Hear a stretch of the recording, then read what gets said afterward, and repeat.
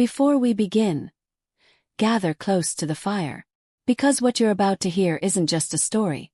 It's a wound disguised as love, a betrayal wrapped in the scent of incense and mourning clothes. If you love real-life stories rooted in African truth, mystery, and raw emotion, click subscribe now, like the video, and ring that bell. Because here at Tales by the Fire never lies, but it burns those who forget. It was a rainy Tuesday in May when Amaka buried her husband. The clouds had gathered above Owerri like mourners in the sky, and the thunder rolled like a drumbeat echoing the grief in her chest. People came in from all over. His co-workers from the bank, neighbors, family from Enugu, even his old classmates from UNN. The casket was dark mahogany, shining under the weak light, polished like the life they all thought Chike had built. Amaka stood under a green umbrella, her black wrapper clinging to her skin, soaked from her tears and the downpour. Her hands trembled, clutching their son, 3-year-old Ebuka, who didn't understand why his father wasn't coming home. The priest said something about ashes and dust. But all Amaka could think about was how empty the world had become. Chike had died in a car crash on his way home from work. That was the story. A trailer had swerved off the express road near Onitsha and smashed into his Toyota Corolla. The car was mangled beyond recognition. The body burned. The hospital had only his wallet and melted phone. They buried what was left of him in a closed casket. That night, after everyone had left, Amaka sat on the floor of their bedroom. The pillows still smelled like his cologne. His toothbrush was still in the cup. The wardrobe still hung with his shirts. But her heart was gone. 2 years passed. Ebuka grew. Amaka didn't. Grief clung to her like an unwanted ghost. She moved back in with her mother in Enugu, where relatives whispered behind her back. Some said she was cursed. Others said she killed her husband with her big woman attitude. Only a few truly cared. She tried to work again, teaching primary school English at a nearby school. But nothing filled the void. Nights were the worst. The house would get too quiet. She'd sometimes hear Chike's laugh in the wind, or see a shadow where none should be. And dreams brought him back. In her sleep, Chike was always smiling. Alive. Laughing. Once, she woke up swearing she'd felt his arms around her. "Mama," Ebuka whispered one night, "I saw Daddy outside." Amaka froze.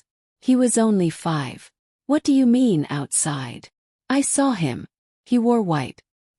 He waved at me and smiled." She didn't know what to believe. It was a sunny Saturday when Amaka decided to take Ebuka shopping. It had been long overdue. He needed new clothes, school supplies and sneakers. Something light for once. They went to the big mall in Enugu, the one with the glass elevators, wide fountains, and families snapping photos. She held his small hand as they walked past restaurants and toy stores. Then it happened. She heard a laugh. Not just any laugh. Chike's laugh. She froze. The sound was unmistakable.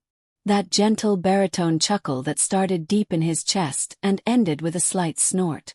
Her legs buckled, but she didn't fall. Instead she turned, slowly. And there he was. Wearing a white polo shirt, jeans, and a wristwatch she'd bought him years ago. Laughing. Carrying a child, not Ebuka, a toddler girl in pink. Beside him was a woman. Slender. Pretty. In a yellow dress. Holding his hand. Amaka couldn't breathe. She stood still as stone, watching them walk into an ice cream shop. Chike sat at a round table, kissed the woman's cheek, and lifted the girl onto his lap. It wasn't a look-alike. It wasn't a hallucination. It was him. The scar under his chin. The dimple on the left. The way he ran his hand through his hair. Her dead husband was alive. And he had a new family. Amaka grabbed Ebuka tightly, her nails digging into his shoulder. "Mummy, you're hurting me." "Let go. Stay here." She walked toward the shop. Her heart pounded in her ears. Her chest heaved. Her vision blurred. With every step, reality cracked beneath her feet. She got to the door. And stopped. Inside, Chike turned and looked up. Their eyes met. And he froze. The spoon in his hand fell to the floor. His smile vanished. "Amaka," he whispered. The woman beside him looked confused. "Chaik, who is that?" He stood up. Amaka's voice came out in a whisper. "You're dead." For a long moment no one moved. Customers laughed, children shrieked with joy, and music played softly through the mall's overhead speakers. But in the center of it all stood a woman who had buried her husband, now staring at his very living face. "Amaka, what are you doing here?"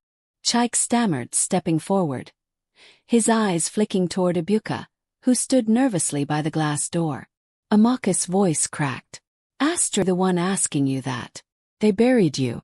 "I buried you, asshole." "Chaik, who is this?" He didn't answer. His face was pale, whiter than she'd ever seen it. Amaka turned toward the woman. "Ask your husband who I am. Or better yet, ask him why he let me believe he was dead for 2 whole years." "Chaik," the woman said again, now alarmed. "Who is she?" Chaik stepped between them. "Let's go somewhere else." "Not here. Please." Amaka's fists clenched. "You think you can hide from this conversation?" "I'm not hiding," he whispered. "I can explain." She scoffed. "Oh, I'm dying to hear it." Pun intended. They sat in the back seat of her car in the underground parking garage, with the engine off and the silence louder than the city traffic above. Ibuka stayed in the food court under supervision, eating ice cream and watching cartoons, completely unaware of the tidal wave crashing around his family. "I don't know where to start," Chaik muttered. "Try the part where you faked your death," Amaka snapped. "That seems like a fun beginning." He exhaled. "I didn't plan for it to go that way. That day, the day of the accident, I was there. But I wasn't the one in the car." "What?" "I'd lent my car to my cousin Yugachukwu. He was going to deliver something for me. I took public transport that day. That was the day the trailer hit my car. He died. The body was burnt. There was no way to identify it. But everyone thought it was me." Amaka's voice was low. "And you just let them think you died. You let me bury a body I thought was you." "I panicked," he whispered. "At first it was shock. Then, it felt like a way out." "A way out of what?" "Of your marriage." He looked at her then, his eyes red. "You were changing, Amaka. You were never home. You were cold. Always busy. I felt like a stranger in my own house. I thought, maybe this was my chance to start over." She slapped him. The sound echoed in the car like a gunshot. He didn't flinch. "You coward," she said, tears streaming. "I loved you." "I know," he whispered. "And our son. You abandoned him too." Chaik looked down. "I watch him. I've seen him from afar. His school. I couldn't." "You don't get to say you watched him like he's a show on TV. You are his father." Silence. Then she asked the question she feared most. "Did you love her? The one in the yellow dress?" He nodded. "She saved me. She gave me peace. Her name is Adiz. And we have a daughter." Amaka turned away, choking on rage and sorrow. The man she'd grieved was not only alive. He'd replaced her. Back at her mother's house, Amaka sat at the edge of her bed, staring at nothing. Her mother, Maman Jadika, entered quietly. "Amaka, are you okay?" She didn't respond. Her hands trembled in her lap. "Talk to me, my daughter." "I saw Chaik," she whispered. "He's alive." Mama gasped. "Enani, are you dreaming again?" "No," she said. "I saw him. I spoke to him. He has a new woman. Child. He left me. He watched us suffer. He let us bury him." Maman Jadika crossed herself and sat beside her. "This is beyond wickedness. This is evil." He said he watched Ibuka from afar, like some kind of spirit. Her voice broke. "I feel like I'm going mad." "You're not mad," her mother said. "He is. But listen to me carefully, Amaka.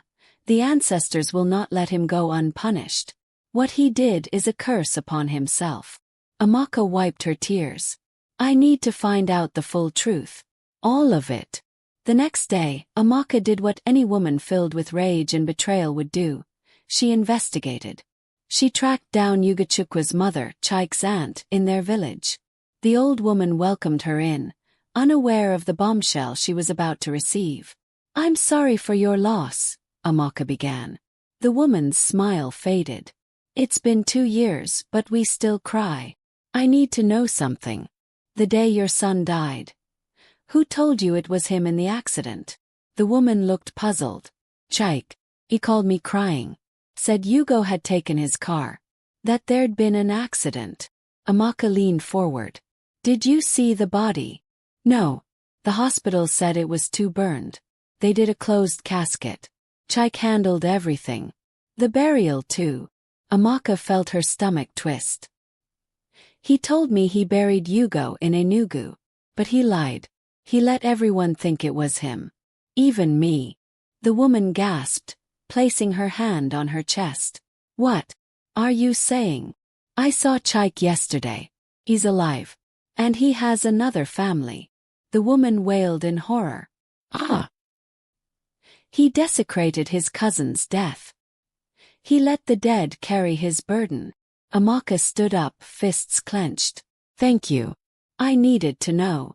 She walked out determined. Chaik had buried his cousin and used the grave as a door. Now she would dig up the truth. The fluorescent lights in the cold, sterile corridor flickered, casting a surreal blue haze on the waxed floor tiles. Nadia stood frozen at the hospital entrance with the letter still clutched in her trembling hands. The world outside had felt chaotic. Rain, thunder, horns. But this corridor was dead silent, as though time held its breath for the truth she was about to uncover. A soft knock behind her made her flinch. It was Nurse Rebecca. She looked hesitant, her eyes flicking toward the sealed room at the end of the hall. You may want to see something for yourself," she said quietly, almost guiltily. Nadia didn't ask. She simply followed. They walked past the nurse's station, turned a corner, and entered a storage room marked Medical Records and Logistics. It smelled of antiseptic and old paper. Rebecca led her to a back cabinet, unlocking it with a trembling key. From a dusty top shelf, she pulled out a small gray box. Inside, hospital paperwork, death records, transfers, but most importantly the burial logistics. Rebecca handed Nadia a folded form. It was stained, but the name was unmistakable. Obituary tag. Jonathan Emeka Obi. Body never released to family. Declared missing in internal transfer. Investigation closed. Nadia blinked. "Missing," she whispered, voice dry. "How does a body go missing from a hospital?" Rebecca looked away. There were whispers. That someone bribed the coroner. That the body never reached the morgue. Some even say the coffin was filled with medical waste. No one had the courage to tell the family. They just assumed the burial went as planned. And the hospital. Nadia stepped back as her mind reeled. So the funeral, the tears, the grave. They had mourned an empty box. The walls spun. This wasn't just a betrayal of love anymore. It was a betrayal of death itself. "Who would do this?" she breathed. Rebecca hesitated. "Look closer at the name who signed off the transfer that day." Nadia checked the form. Her hands trembled. The signature read, Dr. Thomas Olenii, Head of Internal Transfer. And underneath that, a witness. Isabella Obi, her sister-in-law. Her blood turned cold. The sun had begun to sink behind the misty hills, casting orange streaks through the windows of Nadia's rented apartment. She stood in front of her mirror, the hospital documents spread across her bed like a map to a life she never lived. Her fingers trembled as she held the death form again, eyes locked on the signature. Isabella Obi. Isabella, her sister-in-law. Jonathan's only surviving sibling. She hadn't seen Isabella since the funeral. Isabella had cried the loudest, clutched the coffin the tightest. But now backslash. Now that grief looked rehearsed. Now it all looked like theater. Nadia picked up her phone and dialed a number she hadn't used in years. Her old journalist contact, Faye. Faye picked on the third ring. "Nadia." Is that really you? I need you, she said. I'm digging up something or someone. And I think you're the only one who can help me bring him back from the dead. Oz. Tell me where to meet. 3 hours later, in a smoky lounge tucked behind a local radio station in Surulere, the two women sat face to face. Nadia laid out everything. The forged death records, the missing body, the hospital lie, and most damning of all, Isabella's signature. Faye's face grew still. Then she whispered, "This goes deeper than just a fake death, Nadia. If Jonathan's alive, and Isabella helped him disappear, then you were never supposed to find him." Nadia nodded slowly. "Then why did he let me see him now? Why allow himself to be found?" Faye leaned closer. "Because he wants to control the story before you do." The sentence hit like a slap. Nadia swallowed. "Then we tell it louder." Faye reached into her bag and pulled out a mini voice recorder. "We'll record everything. Every visit. Every person. Every clue. You'll walk straight into the world he built, and I'll expose it brick by brick." Nadia felt the fire return to her chest. For 2 years she'd mourned a lie. Now she was going to burn it to the ground. Faye's first lead took them to the town of Ilishan, a quiet, tucked-away settlement 2 hours outside Lagos. It was where many Lagos businessmen kept their secret lives. Far enough to vanish, close enough to return when needed. They didn't knock on doors. They asked no neighbors. Instead, they watched from a dusty van parked across the road from a house Faye had traced through old real estate documents in Isabella's name. The house had 2 stories, modern glass windows, and a small blue tricycle parked by the gate. At 4:12 p.m. the front door opened. Jonathan stepped out in a white shirt and cargo shorts, laughing, relaxed, alive.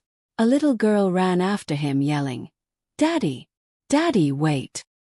He scooped her into his arms. Behind them a woman, not Nadia, walked out in a floral dress, resting a hand on his shoulder. They looked like a postcard family.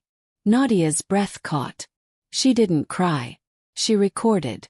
Faye whispered, "You still want to confront him?" Nadia never looked away. "I want to bury the version of me that ever waited for closure." She opened the van door and stepped out. Nadia didn't knock. She banged 3 times, hard enough to make the wind chimes jangle and the gate rattle. The little girl peeked through the window curtain.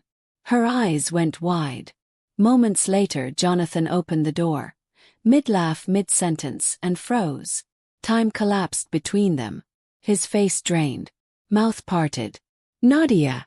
She smiled. But it wasn't warm. It was the kind of smile that came after fire. "I brought the funeral flowers back. They were wasted on an empty grave." He tried to speak, but nothing came out. Behind him, the woman in the floral dress appeared. She looked between them, confused. "John. Who is this?" Nadia tilted her head. "Oh, he didn't tell you. My name is Nadia Obi. His widow." The woman's mouth dropped. Nadia stepped forward, forcing Jonathan to back up. 2 years ago, I buried an empty box. Now I want answers. Did you fake your death? Or did someone do it for you?" He stammered. "It's not what you think." "Then explain it," she said, eyes cold. "Before I make the whole country think worse." Behind her, Faye recorded every word. The woman behind Jonathan whispered, "You said your wife died in the boat accident." Jonathan's eyes pleaded. "Tina, No," Nadia cut him off. "Let him lie in peace. Just like he made me do for 2 years." She turned to leave. "You have 1 week. If I don't get the truth, I'll give the world my version. And trust me, it'll burn hotter than your fake funeral fire." Then she walked away. And Jonathan didn't follow. The next morning, Nadia stood outside a tall building in Victoria Island. Isabella's office. The woman who signed off the hospital form that claimed Jonathan's body had vanished. Faye waited in the car. Nadia went in alone. When Isabella saw her, the color drained from her face. "Nadia, you shouldn't be here." "No," Nadia replied. "You should be in jail." Isabella sighed and walked to her door, locking it behind them. It wasn't my idea, she began. He came to me after the boating accident. He said he'd survived, but he didn't want to come back. Why? He was in debt. Heavy. Gambling. Owed people in government in gangs. Said if he died, he could protect everyone. Nadia's voice trembled. And you helped him vanish. Helped him leave me to grieve. To break. I thought he'd come back after things calmed down, Isabella said softly. But then he met that woman. And started a new life. And I couldn't stop it. Nadia stared. Then slapped her. Hard. Isabella didn't fight back. I loved him, Nadia whispered. I loved your brother like he was the only man on earth. Isabella wiped her lip, bleeding slightly. And he buried you alive, she said. Just like he buried his past. Exactly 1 week later, Nadia sent an invitation. Private event. Address. The same hall where they held Jonathan's funeral. The guests were few. Her parents, friends, even Isabella. But the final guest, the ghost himself, arrived last. Jonathan walked in wearing the same suit he had worn the day of their wedding. She turned to him slowly. Welcome, she said. To your real funeral. The lights dimmed. Faye played the footage. The hospital lies, the fake death forms, the recordings, the child, the confrontation. Gasps filled the room. Then silence. Nadia walked to the center and placed a single rose on the table. I loved a man who let me grieve for him. And now, I grieve for the part of me that stayed quiet. She turned to him. This is the last time I speak your name. The world can have your lies. I'm taking back my life. Then she walked out. Free. Finally.